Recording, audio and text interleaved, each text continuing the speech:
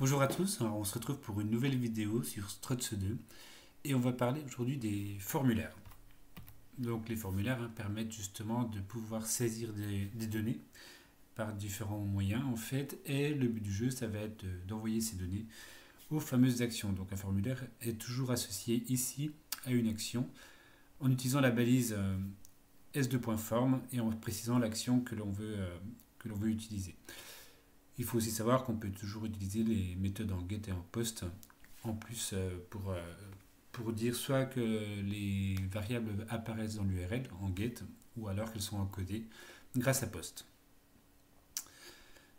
Donc la nomenclature veut que tous les champs doivent être nommés pour que l'on puisse envoyer donc les paramètres sous forme de clé-valeur, grosso modo, et la clé sera effectivement le nom de votre champ. Et la valeur sera donc la valeur que vous aurez saisie à l'intérieur de votre champ.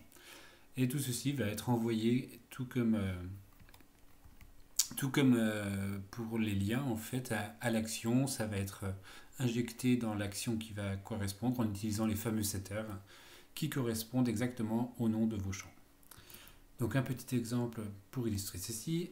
Donc on repart en fait du chapitre 2, l'exercice avec les liens, et on va s'amuser à ajouter un nouveau formulaire à notre page. Donc on crée formulaire, une petite section. Et comme je vous le disais tout à l'heure, pour créer un formulaire, on utilise la balise s2.form. Là, on va créer un formulaire qui nous permettra de créer des nouveaux chevaux. Je vous rappelle qu'on est en train de s'amuser avec des chevaux. Donc l'idée ici, c'est d'avoir un formulaire composé de deux champs. Un qui permettra de saisir le nom du cheval et l'autre son âge. Donc on va mettre une action qu'on va appeler ajouter chevaux. Enfin cheval plutôt. Voilà. Donc la première chose que l'on va faire, c'est ajouter un text field. Text field, c'est juste un champ de saisie en fait. Et pour lequel on va lui donner tout d'abord un name, donc un nom. Ici, ça va être nom cheval.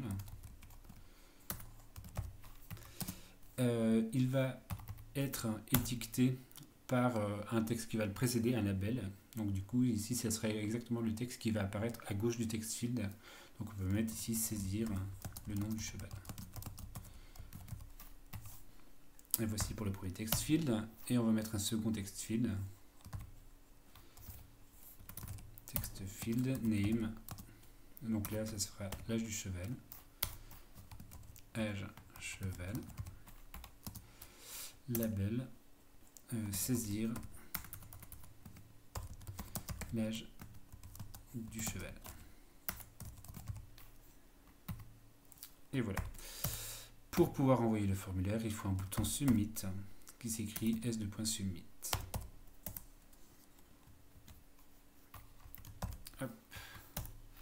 Le formulaire est clos. Et donc nous avons encore à créer l'action qui va aller avec, évidemment. Donc en deux temps. Tout d'abord, dans le struct.xml, on va déclarer cette fameuse action. CTRL-C. On va dans le struct.xml. On déclare la nouvelle action. CTRL-V. Et la classe que l'on va faire, ça va être une classe qui va être dans le package action qui s'appellera ajouter cheval.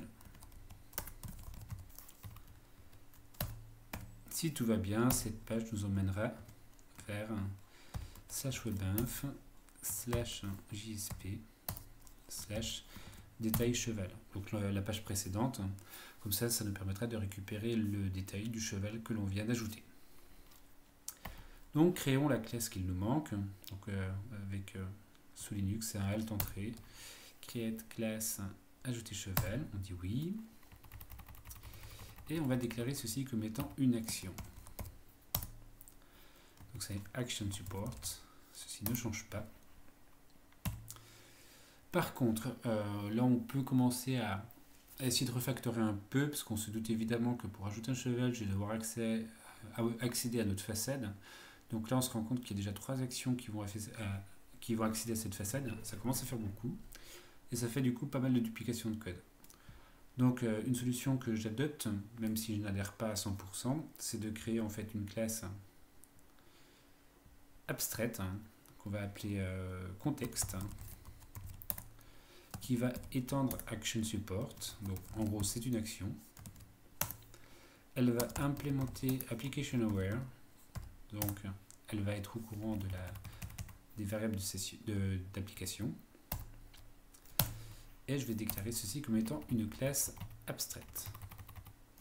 Donc ça veut dire qu'on ne pourra pas créer une instance d'une telle classe. Par contre, on peut tout à fait en hériter. Donc ce qui m'intéresse ici, c'est de récupérer le code que j'avais par exemple dans accueil. Celle-ci en particulier. CTRL X, je vais l'ajouter dans contexte. CTRL V. Et je vais récupérer également le private facade que je vais mettre dans contexte également. Très bien.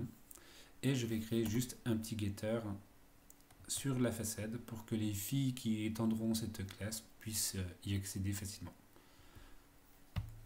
Bon, après on aurait pu faire un protected ou ce genre de choses. Même si encore une fois je suis pas très fan du protected.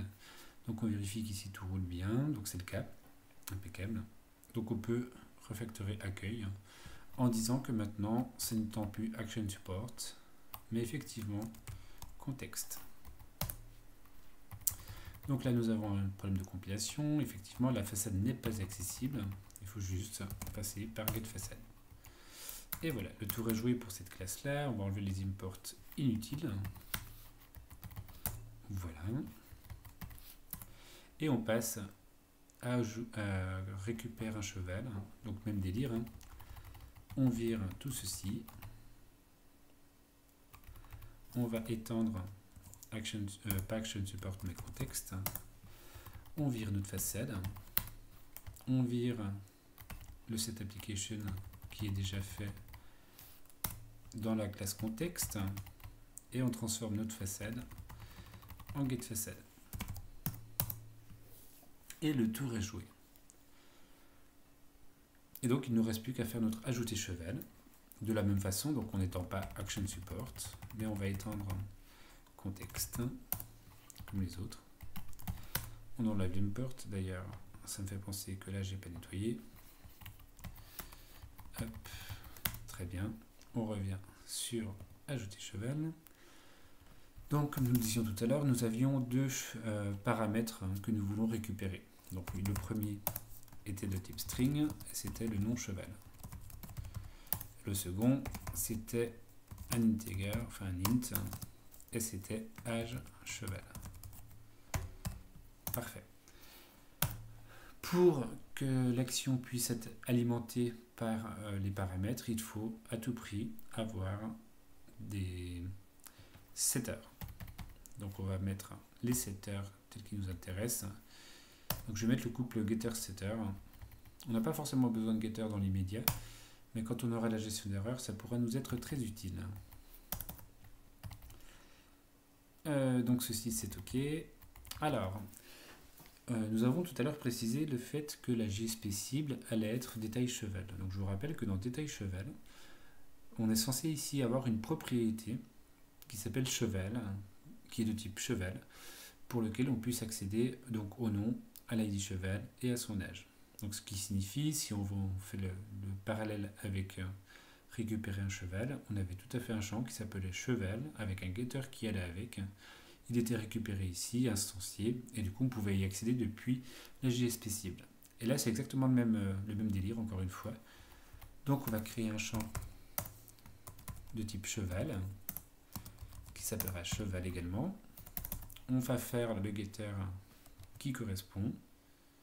Generate getter. Voilà. Et il nous reste à développer la méthode execute. Donc là on va faire @overread string execute. Ça nous retournera success à la fin. Ça pas de souci. Donc la première chose à faire en réalité, ça va être de créer un cheval. Donc pour faire ceci, on utilise la façade. Alors c'est getFacade. Point ajouter cheval. On lui donne le this.noncheval. et on lui donne évidemment l'âge qui va avec. Donc si on vous souvenez un peu du modèle, en réalité ceci retourne un long qui est l'ID du cheval. Effectivement ici on ne contrôle pas du tout enfin en tous les cas depuis l'action on n'impose pas du tout un identifiant, il est autogénéré dans le modèle, hein, je vous rappelle, hein, si on va faire un petit tour dans le modèle, qu'on regarde le cheval, il est là, on se rend compte effectivement qu'on va lui donner, la seule méthode qui nous permet de créer un cheval, c'est celle-ci, et du coup on voit qu'effectivement il y a une constante qui est auto-incrémentée à chaque fois qu'on va créer un cheval, et sachant que le constructeur cheval n'est pas accessible, donc la seule façon qu'on a pour créer un cheval, c'est d'utiliser cette méthode statique. Donc c'est pour ceci que là, vu qu'on crée un cheval, on ne connaît pas son identifiant, ben on a besoin de le retourner pour être capable justement de pouvoir le manipuler ensuite.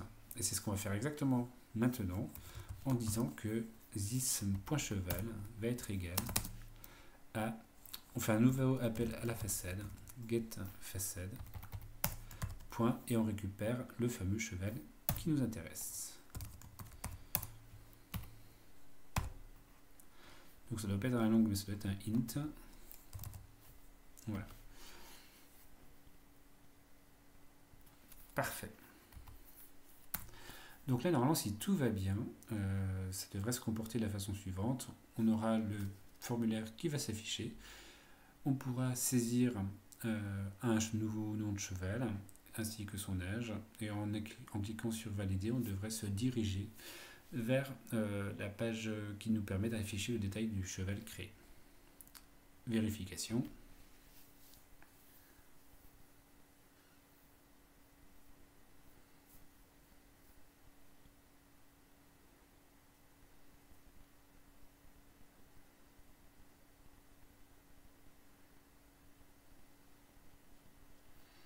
Donc on arrive effectivement, donc on avait de l'ancien code. On a notre formulaire avec, comme je vous le disais tout à l'heure, le libellé qui apparaît à gauche du text field. Donc là, on peut créer un nouveau cheval, je ne sais pas, Tornado par exemple. On va lui donner un âge, très vieux Tornado, 56 ans. Et on va envoyer ce fameux formulaire. Et on voit qu'effectivement, nous arrivons sur le détail pour lequel nous avons Tornado qui a été créé, son identifiant est 2, c'est effectivement le troisième cheval, et il a 56 ans. On peut revenir au menu. On se rend compte que Tornado apparaît maintenant dans la liste des chevaux de notre fameuse écurie. Donc pour l'ajout, en fait, c'est opérationnel. Maintenant, ce qui n'est pas génial, c'est qu'effectivement, si on ne fait pas attention, on pourrait tout à fait faire ce genre de truc. Hop, et submit. Et là, pour le coup, on a créé un nouveau cheval qui n'a pas de nom, qui a l'identifiant 3 et qui a 456 ans. Donc on ne peut pas du tout... Enfin là, pour le coup, on n'a pas du tout contrôlé les données que nous allions saisir. Donc on va faire un petit retour là-dessus et justement on va parler de validation. Donc il y a deux façons de faire la validation, c'est soit on utilise, on redéfinit une méthode qui s'appelle validate, qui est au sein même de l'action qui nous intéresse, ou alors on externalise le traitement en utilisant un fichier XML qui s'appellera donc le nom de l'action -action.xml. Donc le nom de l'action, ça sera par exemple ici, nous ça sera créer cheval-action.xml. Donc c'est ce fameux fichier, au-delà du format qu'il doit avoir et qui est défini sur le site officiel de Struts, il devrait être placé dans le dossier Resources. Au-delà de plus que ça, en réalité, c'est que la structure arborescente devra exactement correspondre dans les Resources à la définition des packages. Grosso modo, c'est si votre action que vous venez de définir est dans le package 1.package2, il faudra alors, côté Resources, avoir un dossier qui s'appelle package2 qui va être placé dans un dossier qui sera package1 qui sera donc à la racine de Resources. Il faut y avoir vraiment une structure identique des deux côtés pour que, grosso modo, l'action et la validation soient exactement dans le même environnement. Donc on va commencer déjà par montrer comment fonctionne validate. Donc comme je vous le disais, vous faites un override et on va prendre validate. validate. Là, voilà. Et là, vous pouvez vous amuser effectivement à vérifier, par exemple, que if, on va prendre le nom, non-cheval.length, je sais pas, par exemple, égal à 0, hein, enfin, inférieur à 2. Alors, on va mettre un message d'erreur en disant add fil d'erreur, en précisant que pour le champ qui s'appelle non-cheval, nous attendons le nom, un nom de cheval, cheval possédant au moins 3 caractères.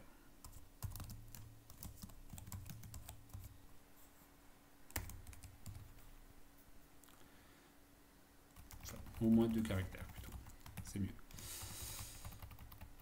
Et donc ce qui va se passer, c'est que si la condition n'est pas satisfaite, on va rentrer dans la méthode validate, on va rentrer dans ce cas-là, enfin la condition n'est pas satisfaite. Si du coup la taille du nom du cheval est inférieure strictement à 2, on va rentrer ici.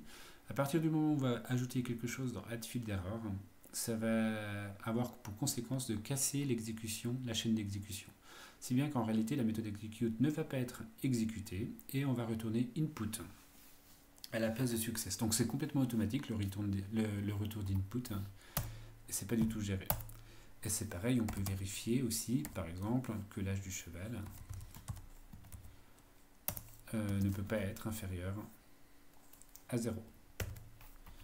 C'est tout bête, hein, mais bon.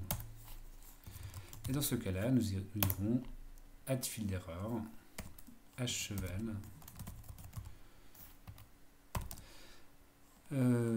son âge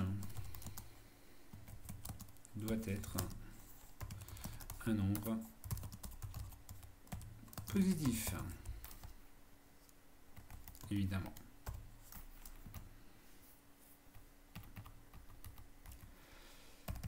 Alors, comme je vous le disais tout à l'heure, le problème c'est qu'effectivement, c'est si ça se passe bien, on ne rentre pas dans ces conditions-là, on rentre dans la méthode execute, ça nous retourne success. Par contre, si ça ne se passe pas bien, on va retourner input. Le seul problème pour l'instant, c'est que dans le struts.xml, on n'a pas du tout défini le cas input. Donc pour l'instant, quand on écrit result, c'est comme si nous avions ceci. Voilà. C'est comme si nous avions name égale success.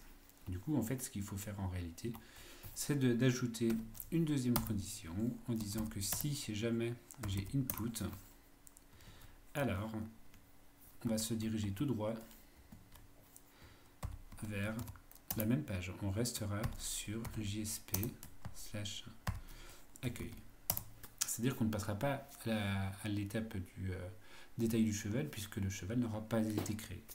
Et du coup, l'effet que cela va avoir, c'est que les messages qu'on a ajoutés avec le add fil d'erreur de tout à l'heure vont apparaître sur les champs concernés. Donc on va voir effectivement que ça fonctionne, sauf erreur de ma part évidemment. Et on relance.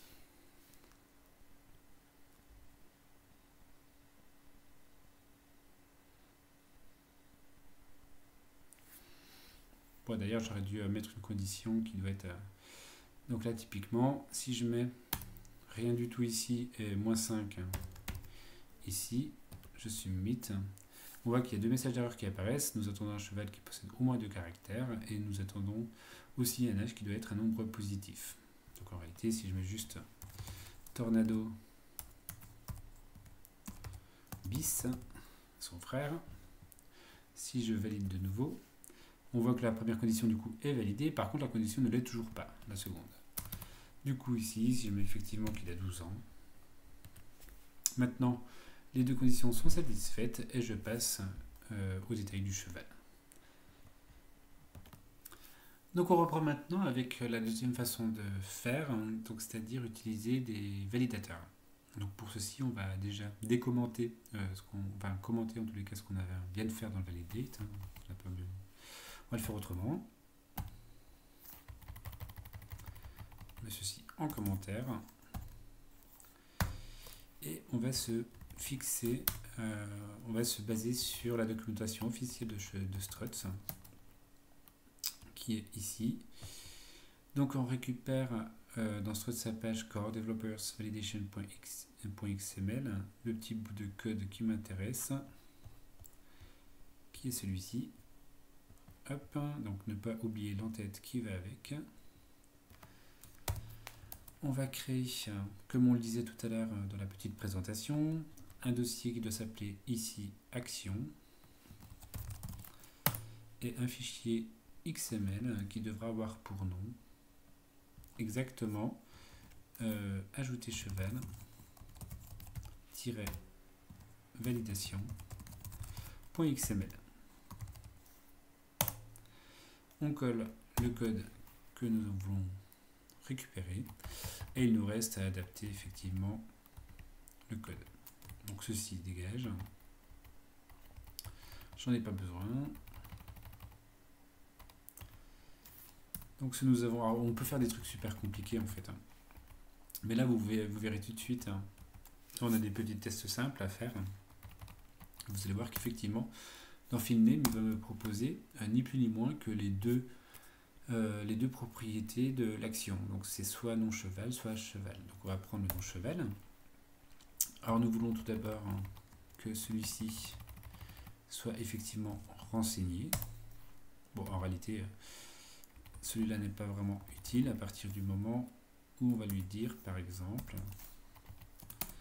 field validator, nous pouvons avoir un string length justement. On peut ajouter des petits paramètres en lui disant que la longueur minimum doit être de 2, au moins 2 caractères. Et dans le cas contraire, en fait, on voudra afficher un message qui dira le nom du cheval doit être composé d'au moins 2 caractères. Très bien. Et on n'a plus qu'à poser une autre condition sur le deuxième champ. Donc lui, c'est pas lui. En combat field, c'est l'âge du cheval. Et pour le coup, lui, c'est plutôt simple. Ce sera sur les int. Et on va simplement lui demander. Alors on peut vérifier, mais la valeur minimum justement ici, c'est d'avoir, on va dire, 1 en réalité. Et donc on précisera ici que l'âge du cheval doit être supérieur ou égal à 1. Bon, après, encore une fois, les noms, les messages d'erreur sont plus ou moins discutables, tout comme les conditions d'ailleurs que je pose. Mais bon, voilà, c'est une autre façon de faire les choses. Et on va vérifier qu'effectivement, ceci fonctionne. Donc pour ceci, on relance notre serveur. Donc je vérifie que tout est au bon endroit. Je vérifie que dans Ajouter cheval, j'ai effectivement mis en commentaire ce que je voulais. Je vérifie que j'ai les getters de hcheval et non cheval, parce qu'en fait si j'ai pas les getters, il n'est pas capable en gros de remettre les valeurs dans les champs, accessoirement. Et je valide.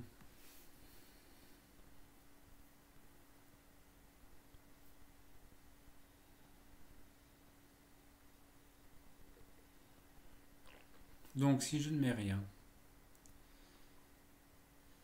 donc là on a un problème avec le nom en haut, l'âge du cheval doit être supérieur ou égal à 1, donc ça s'est bien passé.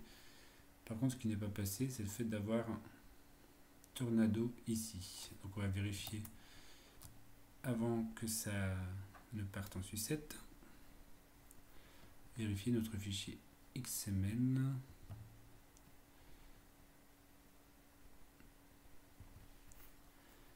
String length.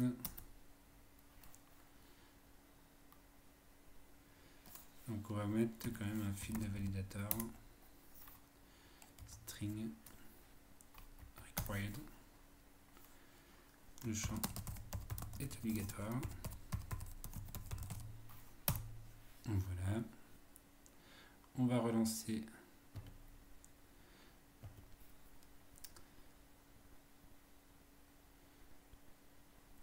notre serveur.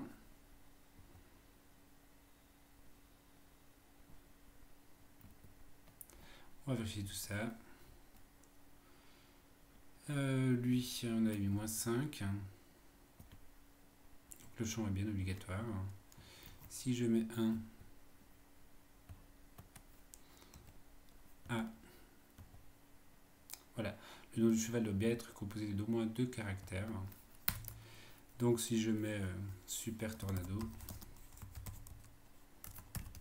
qui va avoir 6 ans,